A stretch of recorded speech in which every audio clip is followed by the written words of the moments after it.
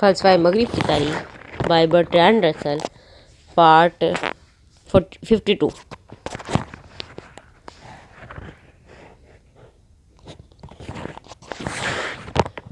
Innocent سوم 1216 میں مر گیا۔ اوٹو کو فریڈرک نے 1218 میں شکست دی تھی۔ نئے پوپ مانوریس سوم کے ساتھ شروع میں فریڈرک کے ساتھ تعلقات ٹھیک رہے، لیکن جلد ہی مشکلات پیدا ہو گئیں۔ اول یہ کہ فریڈرک نے صلیبی جنگ میں شرکت سے انکار کر دیا، پھر لمبارڈ شہروں کے ساتھ انبن ہو گئی، جنہوں نے 1226 میں ایک جارحانہ اور مدافعانہ الحاق قائم کر لیا جو 25 سال تک جاری رہا۔ وہ اہل جرمنی سے نفرت کرتے تھے۔ ان کے ایک شاعر نے ان کے خلاف آتشی اشعار لکھے: جرمنی کے لوگوں سے محبت نہ کرو، ان پاگل کتوں سے آپ دور دور رہیں۔ ان سے لمبارڈی میں ایک عام احساس ہونے کا تاثر ملتا ہے۔ فریڈرک چاہتا تھا کہ ان شہروں سے نمٹنے کے لیے وہ اٹلی میں رہے، لیکن 1227 میں بانویریس چل بسا اور اس کی جگہ گریگری نہم نے لے لی۔ یہ ایک سرگرم راہب تھا۔ وہ سینٹ فرانسس سے بہت محبت کرتا تھا اور سینٹ فرانسس بھی اس سے بہت چاہتا تھا۔ اس نے سینٹ فرانس کی موت کے 2 سال بعد اسے سینٹ کا رتبہ دیا۔ گریگری کے خیال میں صلیبی جنگ سے بڑھ کر اور کوئی بات بھی اہم نہیں تھی، اس لیے فریڈرک کے اس میں شریک نہ ہونے پر اسے برادری سے خارج کر دیا گیا۔ فریڈرک، جس نے یروشلم کے بادشاہ کے وارث سے شادی کی تھی، جب چاہتا وہ یروشلم جا سکتا تھا اور خود کو یروشلم کا بادشاہ سمجھتا تھا۔ 1228 میں جب وہ برادری سے خارج تھا، وہ وہاں گیا۔ اس بات نے گریگری کو پہلے نہ جانے سے 20 زیادہ ناراض کر دیا، کیونکہ گریگری کے خیال میں کس طرح صلیبی جنگ کا ایک شخص ایسے شخص کی میزبانی کر سکتا ہے جسے اس نے برادری سے نکال دیا ہے۔ فریڈرک نے فلسطین پہنچ کر مسلمانوں سے دوستی کر لی۔ اس نے مسلمانوں کے سامنے یہ وضاحت کی کہ اگرچہ یروشلم کی کوئی جنگی اہمیت نہیں، پھر بھی عیسائیت اسے بہت اہمیت دیتے ہیں۔ وہ مسلمانوں کو بامن طریقے سے یہ بات منوانے میں کامیاب ہو گیا کہ وہ شہر اسے واپس دے دیں۔ اس صلح پر پوپ اور بھی غضبناک ہوا۔ ایک شخص کو غیر مسیحیوں سے لڑنا چاہیے، نہ کہ ان سے مذاکرات کیے جائیں۔ تاہم فریڈرک کی یروشلم میں رسم تاج پوشی ادا کی گئی اور اب اس کی کامیابی سے کوئی انکار نہ کر سکتا تھا۔ پوپ اور شہنشاہ میں 1230 میں صلح ہو گئی۔ جب چند سال سکون سے گزر گئے تو شہنشاہ نے سسلی کی بادشاہت کے معاملات پر توجہ مرکوز کی۔ اپنے وزیر اعظم پیڈو ڈیلوگنا کی مدد سے اس نے قانونی ضابطہ نافذ کیا۔ یہ ضابطہ رومی قوانین سے لیا گیا تھا اور اس میں اس کی جنوبی ریاست میں اعلیٰ سطح کی تہذیب کا نفاذ ظاہر کیا گیا۔ اس ضابطے کا فوری طور پر یونانی میں ترجمہ کیا گیا تاکہ یونانی بولنے والے لوگ اس سے مستفید ہوں۔ اس نے نیپلز میں ایک اہم یونیورسٹی قائم کی۔ اس نے سونے کا سکہ جاری کیا۔ اس کا نام آگسٹلز رکھا گیا، جو کئی صدیوں تک یورپ میں پہلے طلائی سکے تھے۔ اس نے آزاد تجارت قائم کی اور داخلی محصول ختم کر دیا۔ اس نے اپنی کونسل میں شہروں کے منتخب نمائندوں کو بلایا، تاہم ان کی حیثیت صرف مشاورت کی تھی۔ امن کا یہ زمانہ اس وقت ختم ہو گیا جب فریڈرک کی 1237 میں لمبارڈ لیگ سے دوبارہ آویزی شروع ہو گئی۔ پوپ نے لمبارڈ شہروں کا ساتھ دیا اور شہنشاہ کو دوبارہ برادری سے خارج کر دیا۔ اس وقت سے لے کر 1250 میں فریڈرک کی موت تک یہ جنگ عملی طور پر جاری رہی۔ یہ دونوں طرف بتدریج زیادہ تیز، طلح شفاقانہ اور دغا بازی کی صورت اختیار کر گئی۔ قسمت کے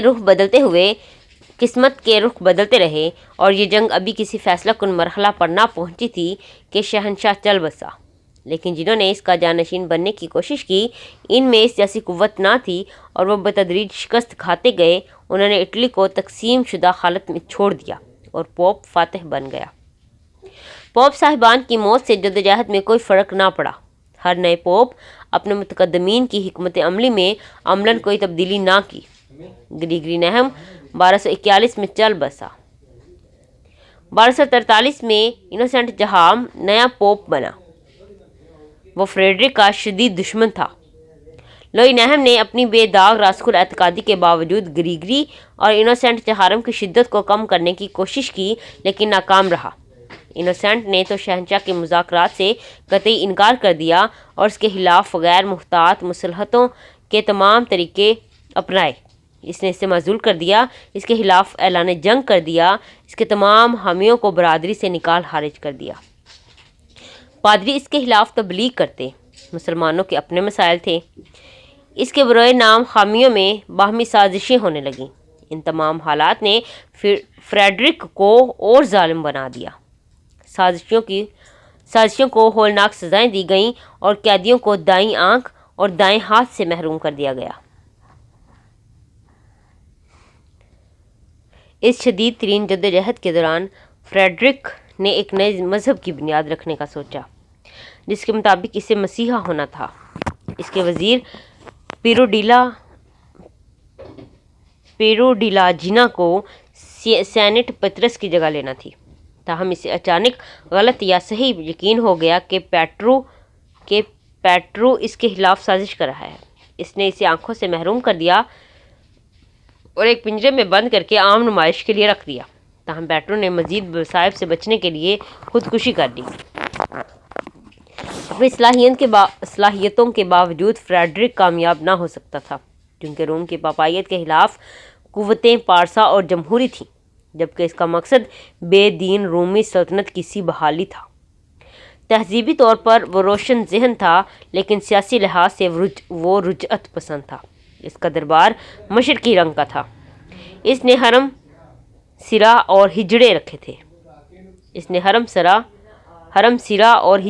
تھے، لیکن یہ ہی وہ دربار تھا جہاں اطالوی شاعری شروع ہوئی۔ اس میں خود بھی شاعر ہونے کی ایک خوبی تھی۔ پاپائیت کے خلاف کشمکش میں اس نے کلیسائی مطلق العنانی کے خطرے کے خلاف متنازع بیانات شائع کیے۔ اگر ایسا 16ویں صدی میں ہوتا تو اس کی تعریف کی جاتی، لیکن یہ بات اس کے زمانے میں بے اثر رہی۔ وہ بدعتی جو اس کے حامی ہونے چاہیے تھے، وہ بھی اسے باغی نظر آنے لگے، اور پوپ کو خوش کرنے کے لیے اس نے انہیں اذیتیں دی۔ اگر شہنشاہ ایسا نہ ہوتا تو آزاد شہر پوپ کے خلاف ہوتے، لیکن جب تک فریڈرک ان کی اطاعت کا طالب رہا، انہوں نے پوپ کی حمایت کو ترجیح دی۔ یوں اگر وہ اپنے زمانے کی ضعیف الاعتقادی سے آزاد تھا اور ہم عصر حکمرانوں سے کہیں زیادہ بلند تھا، لیکن اس کے شہنشاہ ہونے کے مزاج نے اسے مجبور کر دیا کہ وہ اس تمام باتوں کی مخالفت کرے جو سیاسی لحاظ سے آزاد تھی۔ اس کی ناکامی ناگزیر تھی، لیکن تمام ناکامیوں کے باوجود وہ تاریخ میں دلچسپ ترین حکمرانوں میں شمار ہوتا ہے۔ وہ بدعتی جن کے خلاف انوسینٹ سوم نے اعلان جنگ کیا اور جنہیں بشمول فریڈرک تمام حکمرانوں نے اذیتیں دیں، توجہ اور مطالعہ کے مستحق ہیں۔ ایک تو خود ان کے لیے اور دوسرے ان کے مقبول عام طرز احساس کی جھلک مل سکے، ورنہ اس کا اپنے زمانے کی تحریروں میں کہیں کوئی حوالہ نہیں ملتا ہے۔ بدعتی مسلکوں میں سب سے زیادہ دلچسپ اور سب سے بڑا فرقہ کیتھرائی تھا۔ انہیں جنوبی فرانس میں البیجینی کہا جاتا تھا۔ ان کے نظریات بلقان کے لوگوں کے ذریعے ایشیا سے آئے تھے۔ ان نظریات کو شمالی اٹلی میں اور فرانس کے جنوب میں وسیع طور پر مانا جاتا تھا۔ ان میں وہ شرفا بھی شامل ہو گئے تھے جنہیں کلیسا کی جاگیروں پر قبضہ کرنے کا بہانہ چاہیے تھا۔ اس بدعت کے عام پھیلنے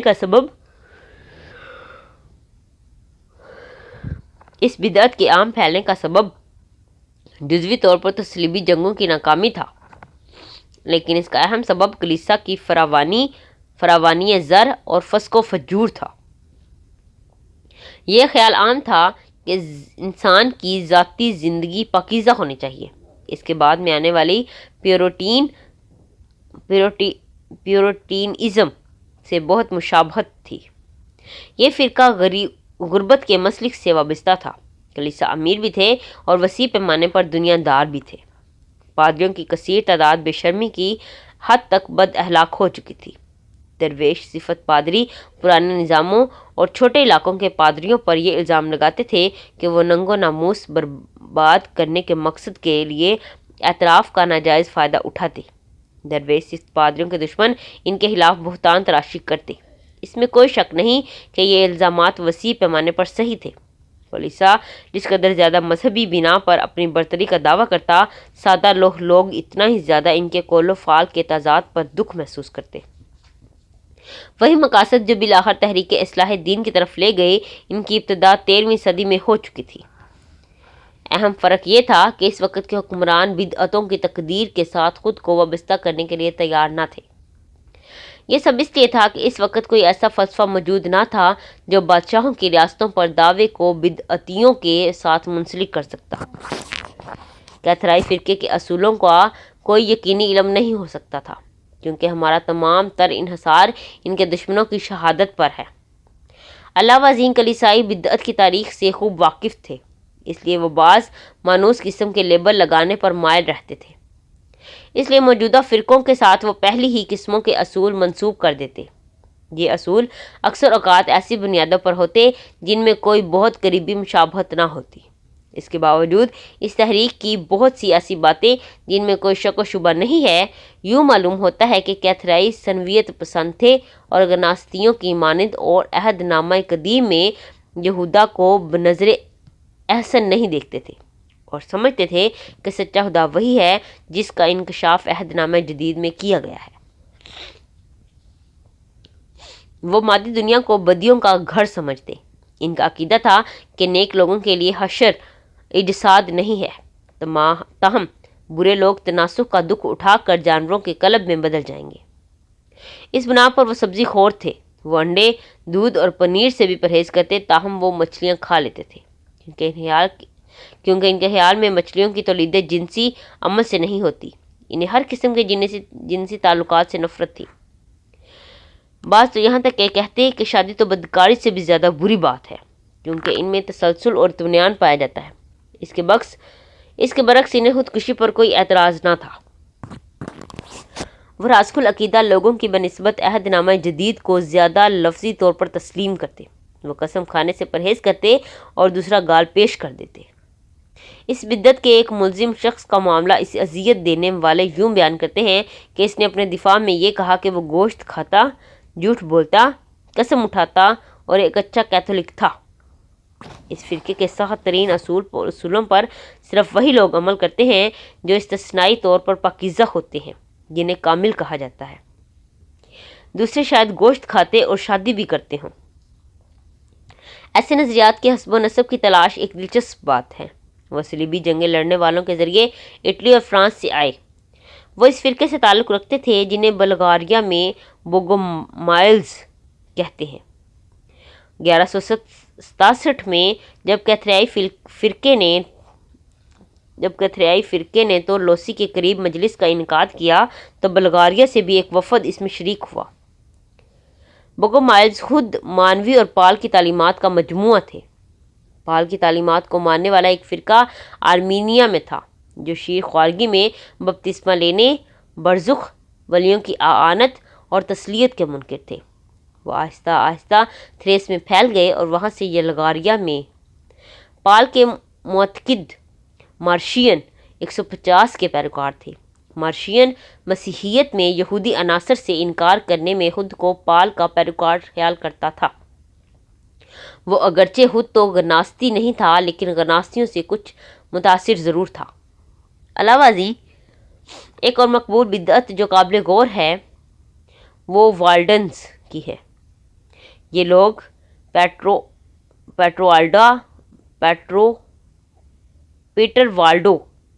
والڈو کے پیروکار تھے۔ وہ ایک پرجوش شخص تھا جس نے 1170 میں مسیح کے قانون پر عمل کرنے کے لیے ایک جہاد شروع کیا۔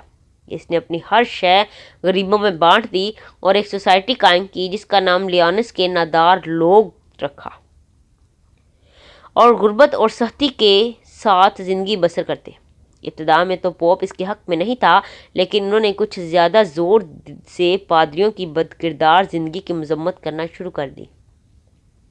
1184 میں ویرونا کی مجلس نے ان کے خلاف فتوے دے دیے۔ اس پر انہوں نے یہ فیصلہ کیا کہ ہر نیک انسان اس اہل ہے کہ وہ مقدس صحائف کی تشریح و تبلیغ کرے۔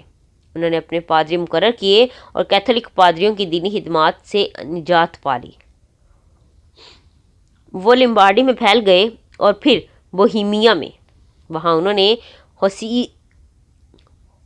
ہوسیٹس کے لیے راہ ہموار کی۔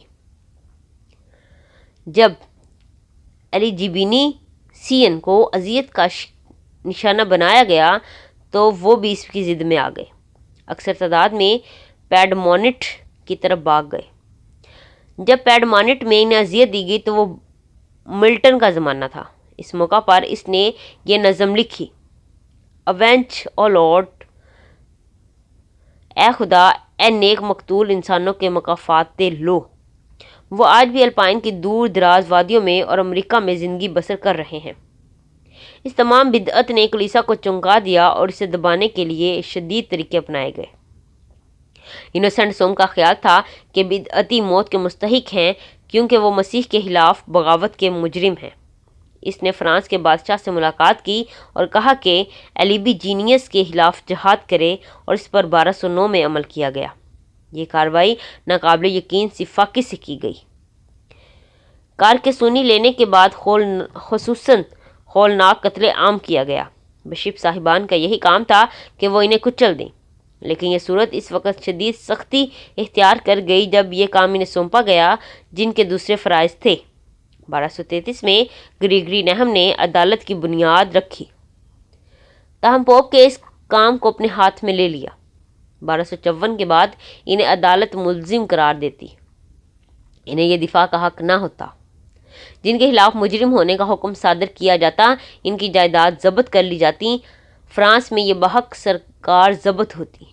جب کسی ملزم کو مجرم قرار دیا جاتا تو اسے ایک بے دین شخص کے سپرد کر دیا جاتا اور اسے کہا جاتا کہ اسے زندگی سے آزاد کر دیا جائے۔ اگر بے دین اہل اختیار اسے جلانے میں ناکام رہتے تو وہ خود قابل تعزیر ٹھہرتے اور انہیں عدالت کے سامنے پیش کیا جاتا۔ عدالت نہ صرف عام مفہوم میں بدعت سے نمٹتی بلکہ جادوگری اور سحر سازی کے الزامات بھی قابل تعزیر قرار دیتی۔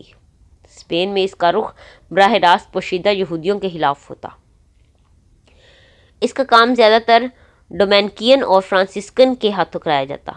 یہ عمل سیکنڈے نیوا یا انگلستان میں تو سرایت نہ ہوا، لیکن انگریز لوگ جون آف آرک کے خلاف اسے استعمال کرنے میں پوری طرح تیار تھے۔ مجموعی طور پر یہ لائحہ عمل بہت کامیاب رہا، البتہ ابتدا میں اس نے ایلبیجینیسی ان بدعت کو پوری طرح نیست و نابود کر دیا۔ 13ویں صدی کے اوائل میں کلیسا ایسی ہی بغاوت سے دوچار تھا جو کسی طرح بھی 16ویں صدی کے خطرے سے کم خوفناک نہ تھی۔ اس سے وہ زیادہ تر درویش تنظیموں کے عروج کے باعث بچ گیا۔ سینٹ فرانسس اور سینٹ ڈومیٹک نے راسخ الاعتقادی کی اس قدر زیادہ خدمات سر انجام دیں جو سب سے زیادہ طاقتور پوپ بھی نہ کر سکے۔ اسیسی کا سینٹ فرانسس تاریخ میں معلوم سب سے زیادہ ہر دل عزیز انسانوں میں سے ایک تھا۔ وہ ایک امیر خاندان کا چشم و چراغ تھا اور زندگی کے معمولی رنگ رلیوں سے متنفر نہ تھا۔ لیکن ایک دن جب وہ گھوڑے پر جا رہا تھا تو ایک مجذوب کے پاس سے گزرا۔ اس کے دل میں اچانک رحم کا جذبہ امڈ آیا۔ اس نے گھوڑے سے اتر کر اس مجذوم کو چوم لیا۔ اس کے بعد جلد ہی اس نے دنیاوی ساز و سامان کو ترک کر دینے کا فیصلہ کر لیا۔ اس نے اپنی زندگی تبلیغ اور نیک اعمال کے لیے وقف کر دی۔ اس کا باپ جو ایک معزز تاجر تھا اس پر خفا ہوا لیکن اسے باز نہ رکھ سکا۔ جلد ہی اسے ماننے والوں کا ایک گروہ اس کے ارد گرد اکٹھا ہو گیا۔ سب نے مکمل غربت میں زندگی بسر کرنے کا عہد کیا۔ شروع میں تو کلیسا نے اس تحریک کو شک کی نظر سے دیکھا کیونکہ یہ لیانس کے نادار لوگوں کی طرح دکھائی دی۔ پہلے مبلغین کو جنہیں سینٹ فرانسس نے دور دراز علاقوں میں بھیجا لوگوں نے بدعتی سمجھا کیونکہ وہ فقیروں کی طرح صرف عہد لینے کی بجائے غربت کی زندگی گزارتے۔ لیکن انوسنٹ سوم ایک زیرک شخص تھا اور اس تحریک کی قدر و قیمت پہچان گیا۔ اس نے سوچا کہ اگر اسے راسخ الاعتقادی کی حدود تک رہنے دیا گیا تو صحیح ہوگا۔ اس نے 1209 یا 1210 میں اس تحریک کو تسلیم کر لیا۔ گریگری نہم جو سینٹ فرانسس کا ذاتی دوست تھا نے اس کی حمایت جاری رکھی، مگر ساتھ ہی اسے چند اصولوں کا پابند کر دیا جو سینٹ کے اصلی اور پرجوش جذبے پر گراں تھے۔ فرانسس چاہتا تھا کہ وہ غربت کے عہد کی سخت ترین طریقے سے ترجمانی کرے۔ وہ اپنے معتدقین کے لیے گھروں یا گرجا گھروں کی مخالفت کرتا۔ انہیں یہ ہدایت تھی کہ وہ مانگ کر روٹی کھائیں اور حائش گاہ میں نہ رہیں، بجز اس کے کہ کوئی مہمان نوازی کے طور پر اتفاقیہ رہائش گاہ مہیا کر دیں۔ 1219 میں اس نے مشرق کی جانب سفر کیا اور سلطان کے سامنے تبلیغ کی۔ اس نے اسے خوش خلقی سے خوش آمدید کہا، لیکن اپنے مذہب اسلام پر قائم رہا۔ واپسی پر اس نے دیکھا کہ اس کے پیروکاروں نے اپنے گھر بنا لیے تو اسے شدید دکھ ہوا، لیکن پوپ نے اسے ترغیب یا مجبور کیا کہ وہ خاموش رہے۔ اس کی موت کے بعد گریگری نے اسے سینٹ کا رتبہ دے دیا، لیکن غربت کے اصول میں نرمی کر دی۔ پارسائی کے معاملہ میں فرانسس کے ہم پلہ بھی تھے، جو بعد اسے ولیوں میں بے مثال بناتی ہے۔ وہ اس کا بے ساختہ مسرت، اس کی ہمہ گیر محبت اور اس کے شاعر ہونے کی خوبیاں ہیں۔ اس کی خیر خواہی کسی کوشش کی محتاج نہیں لگتی، گویا وہ اس کے دل سے خود بخود پھولتی تھی۔ اسے کسی دعوت پر غالب نہ آنا پڑتا، نہ صرف ایک مسیحی یا ایک خیر خواہ کے طور پر، بلکہ ایک شاعر کی طرح۔ وہ ہر ذی حیات شے سے محبت کرتا۔ موت سے کچھ وقت ہی پہلے اس نے سورج کی تقدیس پر جو نظم لکھی ہے وہ شاید کسی آفتاب پرست اخناتون کی ہی ہو سکتی ہے، لیکن ایسی بھی نہیں۔ اس میں مسیحیت ہے، جو اگرچہ واضح طور پر نہیں ہے۔ وہ اپنے لیے نہیں بلکہ مجذوب لوگوں کی خاطر ان کی خدمت کرنا فرض محسوس کرتا۔ بیشتر ولیوں کے برعکس وہ اپنی نجات کی بجائے دوسروں کی خوشی میں زیادہ دلچسپی رکھتا تھا۔ وہ حقیر ترین اور بدکار ترین لوگوں میں بھی اپنی برتری کا احساس کبھی ظاہر نہ کرتا تھا۔ سیلونو کے تھامس نے اس کے متعلق کہا تھا کہ ولیوں میں ایک ولی سے زیادہ تھا اور گناہ گاروں میں بھی گھل مل جاتا تھا۔ اگر شیطان ہوتا تو سینٹ فرانسس نے جس تنظیم کی بنیاد رکھی تھی، اس کے مستقبل سے اسے سب سے زیادہ خوشی ہوتی۔ سینٹ کے فوراً بعد اس کا جانشین جو تنظیم کا سربراہ بنا وہ بائی ایلیس تھا۔ وہ تعیش میں ڈوب گیا اور غربت کو مکمل طور پر ترک کرنے کی اجازت دے دی۔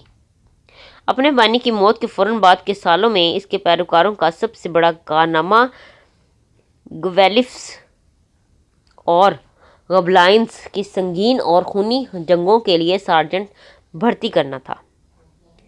اس کی موت کے 7 سال بعد جو مذہبی عدالتیں قائم ہوئیں، ان میں متعدد ممالک میں زیادہ تر کارروائی فرانسس کے ماننے والوں نے ہی سر انجام دی۔ ایک چھوٹی سی اقلیت جنہیں روحانی کہا جاتا تھا، وہ اپنے بانی کی تعلیمات پر سچائی کے ساتھ قائم رہی۔ ان میں سے زیادہ تر کو بدعت کے الزام میں مذہبی عدالت نے جلا دیا۔ یہ لوگ کہتے تھے کہ حضرت مسیح اور ان کے حواریوں کی کوئی املاک نہ تھی، اور ان کے پاس تو پہننے کے لیے کپڑے بھی نہ تھے۔ اس بات پر جان بائیس نے انہیں بدعتی قرار دے کر ان کی مذمت کی۔ سینٹ فرانسس کی زندگی کا صرف یہ نتیجہ ہوا کہ دولت مند اور مفسد لوگوں کی ایک اور تنظیم وجود میں آ گئی۔ اس نے پیر شاہی کو مضبوط بنایا اور ان سب کو اذیتیں دینے میں سہولت فراہم کی جو اخلاقی سچائی یا آزادی فکر کی فضیلت کے حامل تھے۔ اس نے اپنے مقاصد و سیرت کے پیش نظر ان سے زیادہ دردناک ستم ظریفانہ نتیجے کا تصور کرنا بھی محال ہے۔ سینٹ ڈومیٹک 1170 سے 1221 سینٹ فرانسس کی بنسبت کم دلچسپ ہے۔ وہ کیسٹیلی تھا اور راسخ الاعتقادی میں لویولا کی مانند سخت تھا۔ اس کا بڑا مقصد بدعت ختم کرنا تھا۔ اس مقصد کے لیے اس نے غربت کو ذریعہ بنایا۔ وہ الپیجنیسین کی جنگ میں متواتر موجود رہا، اگرچہ یہ کہا جاتا ہے کہ اسے انتہائی زیادہ مظالم ڈھانے کا افسوس بھی ہوا۔ ڈومینیکن تنظیم کی بنیاد انوسینٹ سوم نے 1215 میں رکھی۔ اسے فوری کامیابی ملی۔ مجھے سینٹ ڈومیٹک میں واحد انسانی پہلو یہ ملا کہ وہ بوڑھی خواتون سے گفتگو کرنے کے بجائے نوجوان لڑکیوں سے باتیں کرنا زیادہ پسند کرتا تھا۔ اس کا اعتراف اس نے سیکسنی کے جورڈن سے کیا تھا۔ 1242 میں تنظیم نے سختی سے یہ حکم جاری کیا کہ جورڈن کی حیات بانی سے یہ عبارت حذف کر دی جائے۔ فرانسس کے ماننے والوں کی بنسبت ڈومیٹک ماننے والوں نے مذہبی عدالتوں میں زیادہ مستعدی سے کام لیا، تاہم انہوں نے خود کو حصول علم کے لیے وقف کر کے انسانوں کی قابل قدر خدمت کی۔ یہ امر سینٹ ڈومیٹک کے ارادے کا حصہ نہ تھا۔ اس نے یہ حکم دیا تھا کہ اس کے درویش غیر دینی علوم یا لبرل آرٹس کا مطالعہ نہ کریں سوائے خلاصی پانے کے۔ اس اصول کو 1259 میں منسوخ کر دیا گیا۔ اس دن کے بعد ڈومینیکنیز کے لیے علم دوستی کی زندگی کو آسان بنانے کے لیے ہر بات پر عمل کیا گیا۔ دستی کام ان کے فرائض کا حصہ نہ تھے۔ ایسی محنت کے دورانیے کو کم کر دیا گیا تاکہ وہ اپنے مطالعہ کے ساتھ زیادہ وقت صرف کر سکیں۔ انہوں نے حضرت مسیح اور ارسطو کے درمیان مصالحت کرانے کے لیے خود کو وقف کر دیا۔ البرٹس میگنس اور تھامس ایکویناس دونوں ڈومینیکین تھے، نے اس کام کو اس حد تک مکمل کر لیا جس حد تک ایسا کیا جا سکتا تھا۔ تھامس ایکویناس کی سند اتنی غالب تھی کہ اس کے بعد اس تنظیم کے پیروکار فلسفہ میں زیادہ کچھ نہ حاصل کر سکے۔ اگرچہ فرانسس ڈومیٹک سے بھی زیادہ تحصیل علم ناپسند کرتا تھا، لیکن فوراً بعد کے زمانے میں ممتاز ترین نام فرانسس کے ماننے والوں کے ہیں۔ راجر بیکن، ڈان سکاؤٹس اور اوکم کا ولیم سب فرانسس ہی کے پیروکار تھے۔ ان فقیروں نے فلسفے کو جو کچھ دیا وہ ہی ہمارے آئندہ باب کا موضوع ہوگا۔ باب نمبر 13، saint Thomas Aquinas. Saint Thomas Aquinas 1226 سے 1274 یا 1225 یا 1226 سے 1274 متکلمین فلسفیوں میں عظیم ترین سمجھا جاتا ہے۔ تمام کیتھولک تعلیمی ادارے جن میں فلسفہ کی کوئی تعلیم دی جاتی ہے اس کے نظام فلسفہ کی تعلیم دینا ہی صرف صحیح سمجھتے ہیں۔ لیو 13 کے فرمان شاہی 1879 سے اس کے فلسفہ کو قانونی طور پر رومن کیتھولک فلسفہ قرار دیا گیا ہے۔ اس لیے سینٹ تھامس صرف تاریخ میں دلچسپی کا باعث نہیں بلکہ ایک زندہ اثر کے طور پر بھی افلاطون، ارسطو، کانٹ اور ہیگل کی طرح دلچسپی کا سبب ہے۔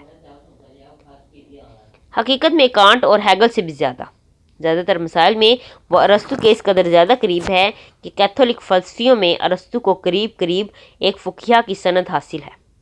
خالص ایک فلسفی کی حیثیت سے بھی اس پر تنقید کرنا تقریباً ناپاک خیال کیا جاتا ہے۔ جب ایک نشرہ تقریر میں نے ایسا کیا تو اس کا نتیجہ یہ ہوا کہ کیتھولک حلقوں نے بہت اعتراضات کیے۔ ہمیشہ ایسی بات نہ تھی۔ ایکویناس کے زمانے میں افلاطون کے خلاف ارسطو کی حمایت میں جنگ جاری تھی۔ ایکویناس کے اثر کو نشاط ثانیہ تک فتح نصیب ہوئی۔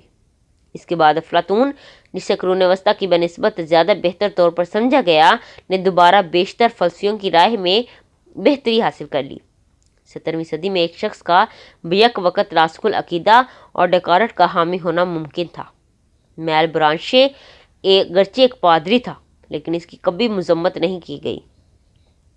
لیکن ہمارے زمانے میں ایسی آزادیاں قصہ پارینہ ہیں۔ کیتھولک کلیسائیوں کو اگر فلسفہ سے کوئی واسطہ رکھنا ہے تو اس کے لیے سینٹ تھامس کو قبول کرنا لازمی ہے۔ سینٹ تھامس ایکوینو کے نواب کا بیٹا تھا جس کا محل نیپلیز کی بادشاہت میں مانٹے کیسینو کی بہت قریب تھا، جہاں فرشتہ سیرت عالم کی تعلیم شروع ہوئی۔ وہ 6 سال تک فریڈرک دوم کی نیپلیز کی یونیورسٹی میں رہا، پھر وہ ڈومینیکن کے سلسلہ سے وابستہ ہو گیا اور کولون چلا گیا تاکہ البرٹ میگنس سے تعلیم حاصل کرے۔ البرٹ میگنس اس وقت کے فلسفیوں میں ممتاز ترین ارسطوی تھا۔ کولون اور پیرس میں کچھ عرصہ گزارنے کے بعد وہ 1259 میں اٹلی لوٹ گیا۔ یہاں اس نے اپنی باقی ماندہ تمام عمر گزاری، سوائے 1269 سے 1272 کے 3 سالوں کے۔ ان 3 سالوں کے دوران وہ پیرس میں رہا، جہاں ڈومینیکی سلسلہ کے حامی اپنی ارسطویت کے باعث یونیورسٹی کے صاحبان اختیار کے زیر عتاب تھے۔ ان پر الزام تھا کہ ابن رشد کی حامیوں کے ساتھ بدعت امیز ہمدردی رکھتے ہیں اور ان کی یونیورسٹی میں ایک مضبوط جماعت تھی۔ ابن رشد کے پیروکار ارسطو کی شرح کی بنیاد پر اس بات کے قائل تھے کہ روح، جہاں تک یہ انفرادی ہے، غیر فانی ہے۔ دوام صرف عقل کو حاصل ہے جو غیر شخصی ہے، اور مختلف عقلی وجودوں میں بعینہ وہی ہے۔ جب یہ بات سختی کے ساتھ ان کے سامنے رکھی گئی تو یہ نظریہ کیتھولک عقیدے کے خلاف ہے، تو انہوں نے دو صداقتی ہیلہ سازی میں پناہ لی۔ ایک صداقت فلسفہ میں فکر کی بنیاد پر ہے اور دوسری صداقت الخیات میں وحی کی بنیاد پر ہے۔ ان سب سے فضا ارسطو کے خلاف ہو گئی۔ پیرس میں سینٹ تھامس کا یہ مقصد تھا کہ وہ اس ضیاع کو زائل کرے جو عربوں کے نظریہ سے بہت قریبی ربط کے باعث پیدا ہوا ہے۔ اس میں وہ بالخصوص قائم رہا۔